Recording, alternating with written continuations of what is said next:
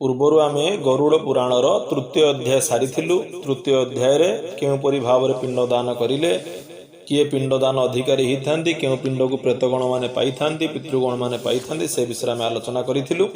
ଆସନ୍ତୁ ଜାଣିବା ଚତୁର୍ଥ ଅଧ୍ୟାୟରେ କର୍ମାନୁସାରେ ଯାତନା ଭୋଗ, କେମିତି କର୍ମ କରିଲେ, କେଉଁ କର୍ମ କରିଲେ କେଉଁ ପ୍ରକାର ଫଳ ଆମକୁ ଭୋଗ ହୋଇଥାଏ।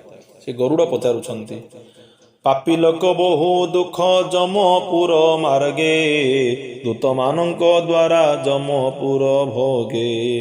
ଯମକ ଛାମୁରେ ଯାଇ ପ୍ରବେଶ ହୁଅଇ, ଦଣ୍ଡ ଦେବା ପାଇଁ ଯମ ଆଦେଶ ଦିଅଇ। କେଉଁ ପାପେ କେଉଁ ଦଣ୍ଡ ଭୋଗନ୍ତି ପ୍ରାଣୀଏ, ବୁଝାଇ କହିବ ଦାସେ ଦୟା ଯଦି ଥାଏ। ଯେଉଁ କାମିନୀ ମାନେଟି ସ୍ୱାମୀଙ୍କୁ ଛାଡ଼ିଣ, ଯାର ପୁରୁଷ ସଙ୍ଗମ କରନ୍ତି ହୁଡ଼ିଣ। ସେମାନଙ୍କ ପାଇଁ କେଉଁ ଦଣ୍ଡ ତହିଁ ଅଛି, ସଂକ୍ଷେପେ କୁହନ୍ତୁ ଦେବ ଦୟା ଯେବେ ଅଛି। ଏହିପରି କହିଣ ଯେ ବୀର ବୈନତେୟ, ନାରାୟଣଙ୍କ ଚରଣେ ଲଗାଇଲା ଲୟ। ତାହାର ଭକତି ଦେଖି କମଳାର ବର, ମଧୁର ଭାବେ କହନ୍ତି ପୁରାଣର ଗୀର। ଗରୁଡ଼ ପଚାରୁଛନ୍ତି, ହେ ଭଗବାନ, ହେ ମହାପ୍ରଭୁ ବିଷ୍ଣୁଦେବ, ଆପଣ ମୋତେ କୁହନ୍ତୁ, ଯମପୁର ଯମ ମାର୍ଗରେ କିପରି ଯମଦୂତମାନେ କଷ୍ଟ ଦିଅନ୍ତି ପ୍ରେତମାନଙ୍କୁ। କେଉଁ ନାରୀ କାମିନୀ ନାରୀମାନେ ପରସ୍ୱାମୀ ସହିତ ଯେତେବେଳେ ରୁହନ୍ତି ସେମାନେ କେଉଁ ପ୍ରକାର କଷ୍ଟ ପାଆନ୍ତି, ତ ଏସବୁ ବିଷୟରେ ଆପଣ ମୋତେ ଦୟାକରି କୁହନ୍ତୁ। ତେବେ ବିଷ୍ଣୁ କ'ଣ କହୁଛନ୍ତି ଆସନ୍ତୁ ଜାଣିବା।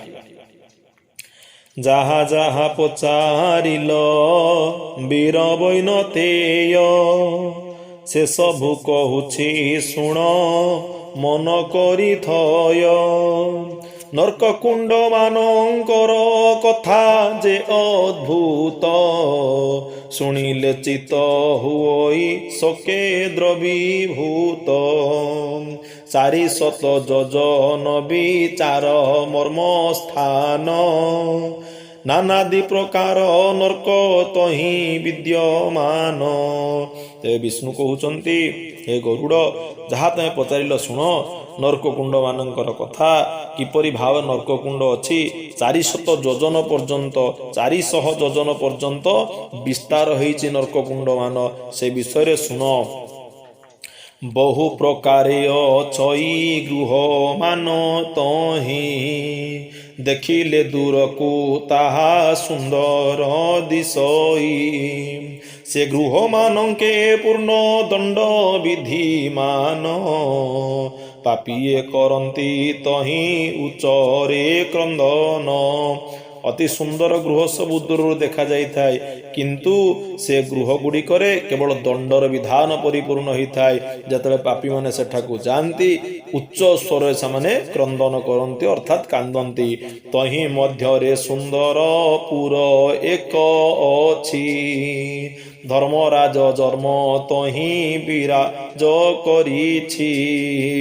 ସେହି ଯମପୁର ଭିତରେ ଗୋଟେ ସୁନ୍ଦର ନଗର ଅଛି, ସୁନ୍ଦର ଘରଟିଏ ଅଛି, ସୁନ୍ଦର ପୁରଟିଏ ଅଛି। ସେହି ସୁନ୍ଦର ପୁର ଭିତରେ ଧର୍ମରାଜ ଯମ ବିରାଜିତ ହୋଇଛନ୍ତି। ପାପୀ ଲୋକ ମଲେ ଦୂତେ ବାନ୍ଧି ନେଇ ଯାଆନ୍ତି, ସେ ପୁରେ ପ୍ରବେଶ କଲେ ପାପୀ ଯେ କାଦନ୍ତି। ପାପୀର କ୍ରନ୍ଦନ ଶୁଣି ପୁରବାସୀ ଜନ, ପ୍ରବେଶ ହୁଅନ୍ତି ତାର ପାଶେ ତତକ୍ଷଣ। ପାପୀ ଲୋକମାନଙ୍କୁ ବାନ୍ଧି ନେଇ ଯମଦୂତମାନେ ସେହି ଯେଉଁ ପାପକୁଣ୍ଡ ସବୁ ଅଛି ସେହି ପାପକୁଣ୍ଡ ନଗରୀ ଭିତରେ ପ୍ରବେଶ କରାନ୍ତି। ସେତେବେଳେ ପାପୀମାନେ ଅନେକ କାନ୍ଦନ୍ତି, ତାଙ୍କ ପାଖରେ କେହି ନଥାନ୍ତି ଏବଂ ସେହି ପୁରର ଯେଉଁମାନେ ବାସୀ ସେମାନେ ତାଙ୍କ ସହିତ ଥାନ୍ତି। ସେ ପୁର ଦ୍ୱାରରେ ଦ୍ୱାରୀ ଅଟେ ଧର୍ମ ଧ୍ୱଜ, ପାଞ୍ଜିକାର ଚିତ୍ରଗୁପ୍ତ ବଡ଼ ତାପହିଜ। ଚିତ୍ରଗୁପ୍ତ ପାଞ୍ଜି ଦେଖି ଜନ୍ତୁପତି ପାଶ, ପାପୀଙ୍କୁ ନେଇଣ ବେଗେ କରା ଅପ୍ରବେଶ। ସେହି ପୁରରେ ଦ୍ୱାରରେ ସେହି ଦ୍ୱାରରେ ଧର୍ମଧ୍ୱଜ ଜଣେ ଅଛନ୍ତି, ଦ୍ୱାରପାଳକ। ପଞ୍ଜିକାର ଚିତ୍ରଗୁପ୍ତ ଅଛନ୍ତି। ଚିତ୍ରଗୁପ୍ତ ପାଞ୍ଜି ଦେଖି ଜନ୍ତୁପତିକୁ ଯାହା କୁହନ୍ତି, ଧର୍ମରାଜ ଜନ୍ତୁପତି ଯମରାଜକୁ ଯାହା କୁହନ୍ତି, ସେହି ଅନୁସାରେ ପାପୀଙ୍କୁ ସେଇ ପୁରରେ ପ୍ରବେଶ କରାଯାଏ। ଯମ ନିକଟରେ ନେଇ ପ୍ରବେଶ କରାନ୍ତେ ଚିତ୍ରଗୁପ୍ତଙ୍କୁ ପଚାରେ କୁହ ପାପ କେତେ। ଯଦ୍ୟପି ଜାଣଇ ସର୍ବ ଦେବ ଜନ୍ତୁପତି ତଥାପି ପଚାରି ବୁଝେ ମନ୍ତ୍ରୀ ଠାରୁ ନୀତି। ଧର୍ମରାଜ କଣ କରନ୍ତି ନା ଚିତ୍ରଗୁପ୍ତ ମନ୍ତ୍ରୀକୁ ପଚାରନ୍ତି ଯେ ଏ ବ୍ୟକ୍ତି କେତେ ପାପ କରିଛି, ୟାର ପାପ କେତେ। ସବୁ କଥା ଜନ୍ତୁପତି ଯମରାଜ ଜାଣି ମଧ୍ୟ ମନ୍ତ୍ରୀଙ୍କ ଠାରୁ ବୁଝନ୍ତି।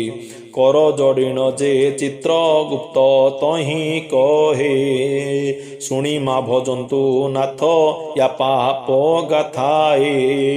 ନାସ୍ତିକ ନିନ୍ଦୁକ ପ୍ରାଣୀ ଅଟଇଟି ଏହି ଦେବତା ବ୍ରାହ୍ମଣ ଗୁରୁ ଜନଙ୍କର ଦ୍ରୋହୀ। ଯେତେବେଳେ ଜନ୍ତୁପତି ଯମରାଜ ପଚାରିଥାନ୍ତି ଇଏ କଣ ସବୁ ପାପ କରିଛି, ନା ସେତେବେଳେ ଚିତ୍ରଗୁପ୍ତ କୁହନ୍ତି ହେ ଜନ୍ତୁନାଥ ୟାର ଅନେକ ପାପ ଅଛି। ଇଏ ଜଣେ ନାସ୍ତିକ, ଇଏ ପ୍ରାଣୀକୁ ନିନ୍ଦା କରେ, ବ୍ରାହ୍ମଣକୁ ନିନ୍ଦା କରେ, ଗୁରୁଜନକୁ ନିନ୍ଦା କରେ, ଅନେକ ପାପ ଇଏ କରିଛି। ମହାପାପୀ ଅଟେ ଏହୁ ନିନ୍ଦେ ଶାସ୍ତ୍ର ବାଣୀ କିୟ ବା କହିବି ପାପ ଏହାର ମୁଁ ପୁଣି। ମହାକୃପଣ ଅଟଇ ନଦିଅଇ ଦାନ ନିଜେ ନ ଭୁଞ୍ଜଇ କେବେ ସ୍ୱାଦୁ ଦ୍ରବ୍ୟମାନ।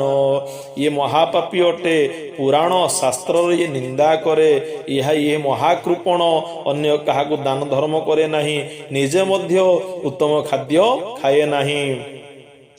ନ ଖାଇ ନ ଦେଇ ଧନ କରଇ ସଞ୍ଚୟ ନିରନ୍ତର କାମ କ୍ରୋଧ ଲୋଭ ଆଉ ମୋହ। ଏ ସର୍ବ ଅଟଇ ଜାଣ ଏହାର ସ୍ୱଭାବ ଏ ପାପୀର ପାପ ଦେବ ଅଟଇଟି ଧ୍ରୁବ।